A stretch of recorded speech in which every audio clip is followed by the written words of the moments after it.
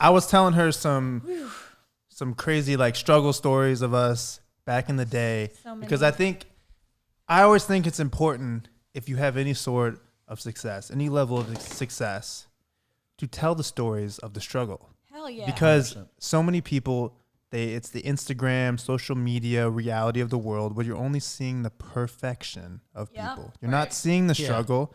And most people don't want to show their ugly side. They want to Facetune everything. They want to put the filter on. So people know you from X Factor and they see, oh, she's got leopard print on her face. She's fierce. She's confident on stage. But they don't know that I met you and you were doing covers in a bar in Decatur, Illinois for 10 people 2 nights a week. Yep. Going ham. They don't know that. And singing country songs.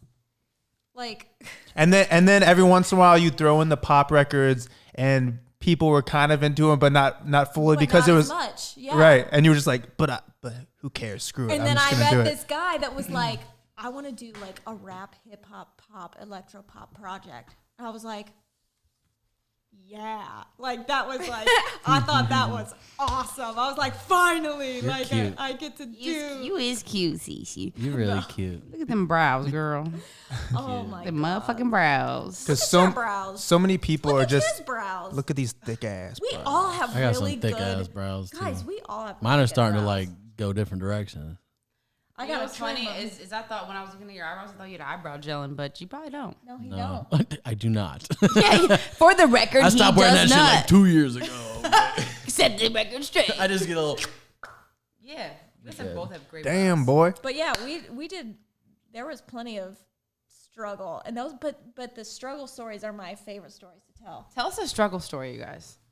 What's one of the best? Oh, the best one. The most struggle bus story that Valhalla had was we were driving. So, okay, whenever we would go do our gigs, we had to drive Matt's mom's minivan. Yes. And, Was it white? yep, little white minivan. What kind of minivan was it again? Plymouth. It was It something was a like, Ford. You've been hitting the Was head it? with a Okay. worldwide exclusive. yeah. So Trapaholics. we got the opportunity to open up for Big Boy at this music festival. Oh, that's tight. Oh, damn. And we thought this was going to be it. Damn, big boy, we about to be We famous. were like, you know, like when you're The Iowa State Fair, here we go. Yeah, like, No, that's one of the biggest For- state fairs in the for- world, though. Let me just say that. but when you're naive and like you think that's like your big break. So we loaded up the minivan and we had to pull a U-Haul behind this minivan because it had to put Kyle's drums in it. Right?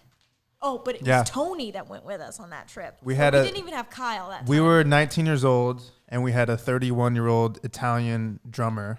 31. Sick. Yeah. What the fuck was he doing? Yeah, we he paid. I old. think we paid him like $200 Yep. for the show, and I think we probably made $300.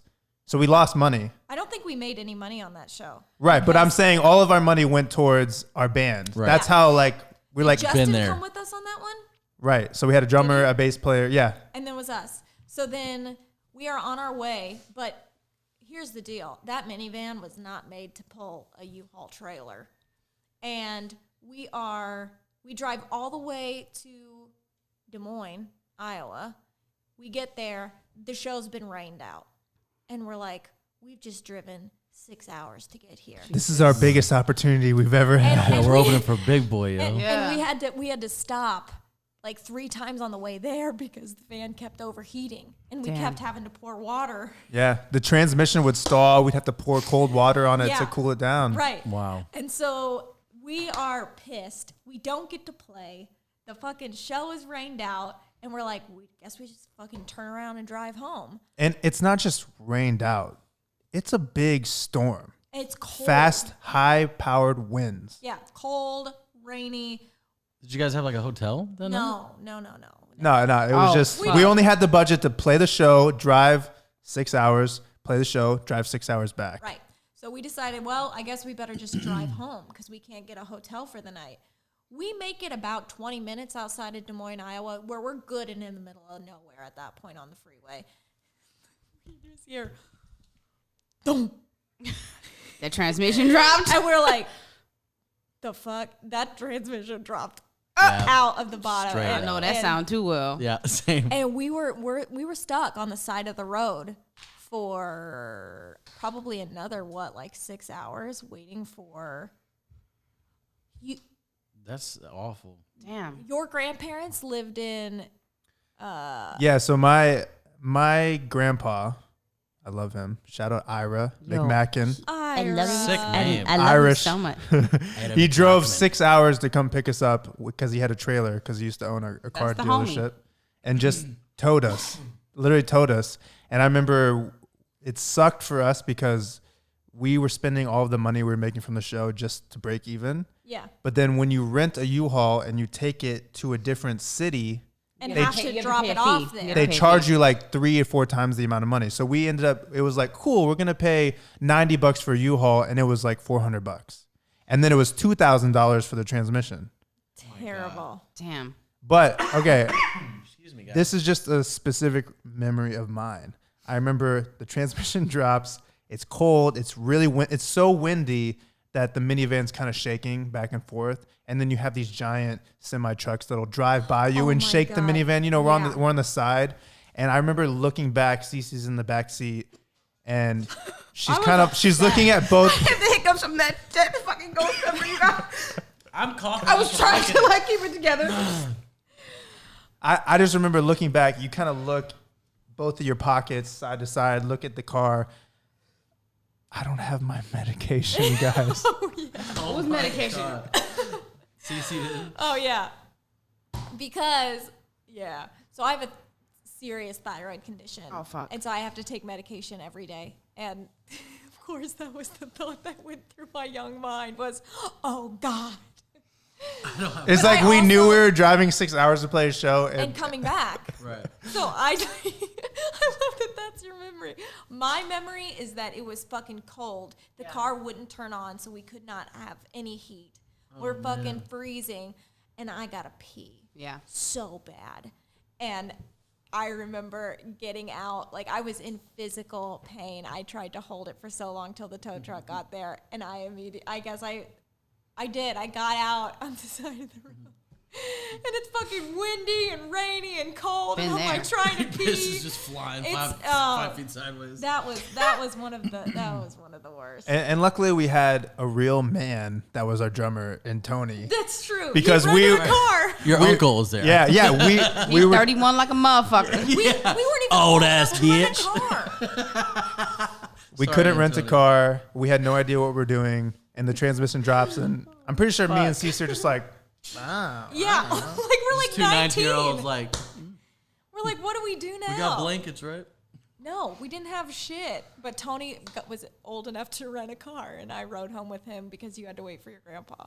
Yeah, so I just wanted to bring that story up because I think moral of the story is no matter how you see somebody or they're perceived, it's they went through something. They had to grind. They had to go through some sort of challenge to get where they're at or just to have that success. And a lot of times it's like 10 at-bats to hit that home run or like 10 complete air balls, complete failures. How many shows we played that we lost money. Right. Well, what I love is when people think that, oh, so-and-so just like blew up overnight. Like I could have a record that goes platinum next year, and people would be like, man, She just that came out of CeCe nowhere. Frey just came out of nowhere. And it's like, no. We were playing to bars of 5 people in Arkansas and shit for like 10 years ago. 10 We've year been doing overnight this success, yeah. for so long. That's my favorite. It was people like, oh, she just blew up overnight. Like, nah, she's been doing this. Yeah. They've been doing this forever. But also, I think it's kind of like tight and important for you guys to talk about that though, because it's like if you guys have never told me that, I would never know.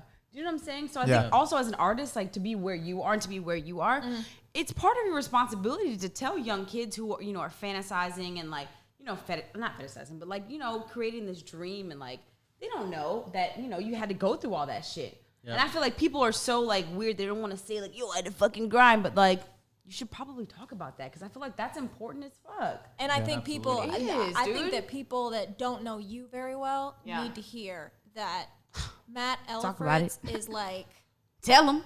he's the guy that when I didn't believe, this guy fucking believed. Yeah. And Yo. he was like, no, we're gonna fucking do this shit. And Yeah. like, I am gonna do this. And like, Matt has always Yeah. So let me tell you, Matt has because always believed and always like knew that this would happen. And to be out here 10 years later and have you be in cheat codes and shit, and you don't understand, like, it keeps me going whenever I think that like it's time to That's some real shit. That's the realest Call shit you it. ever wrote. you for Right. real. That's the Like, realest shit but you you ever have never since I met you, you were always like, oh yeah, no, this is what we're doing. Yeah, Oh, no, and- we're and- gonna go do this. and let me tell you, because we're on the same wavelength right now, those life lessons gave me the mindset of every time you show up all the way and do the show. Because I have so many memories of, for example, we played a show in Oklahoma City. This is when Kevin Durant, Russell Westbrook, James Harden were all in the Oklahoma City Thunder. They went to the finals or the semifinals. We're playing at a bar in Oklahoma City. They don't care about us. They don't want to see us perform. There's maybe 30, 40, 50 people in this bar. The game ends, and then we're supposed to play. Of course, what happens? The game's over. It's playoffs. It's Oklahoma City. This is the most exciting thing that's ever happened to them. Absolutely. Everybody leaves. There's 10 people there. CeCe turns to me. It's funny because we had a set. We had a set thing that we do. It's like, cool, we do this song, we do this song. On this song, we're going to shoot confetti. On this song, we're going to hit these painted trash cans that CeCe designed or whatever. Yeah, and with glitter on top. CeCe goes to me and she's like, I don't want to do all of our show stuff. I just want to do the show and get out of it. And I'm like, no, let's just do it.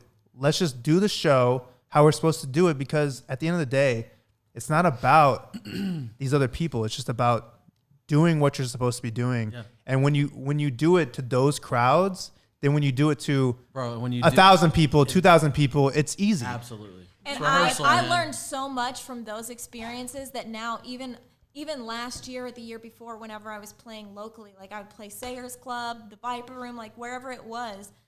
Yes, Those- Viper Room. Those are not like huge venues, so they're not always filled with a lot of people. Yeah. But like, I would go so fucking hard You have to, every man. time, like to the point where like I would wake up the next day and my fucking neck would be pulled or something. Because you want from, that like, shit. from like That's what you throwing live my, like, for. Yeah. But the only reason that we learned that is because of those experiences and being like, no, you know what? We're going to play like there's 100,000 people in this room right now. Yeah, anyone listening right now, if you ever do music, if you ever perform, it's so much easier playing to a packed house than it is an empty crowd. It may not seem like it, but Different 100%. ballgame, yeah. But So you if you know- can play to an empty room, you're going to slay a set I in feel front like of 100,000 people. because stop posting them goddamn motherfucking black squares. That shit don't mean a goddamn thing does. But what you can do is like, subscribe, and turn the notification bell on to our podcast. Tune in.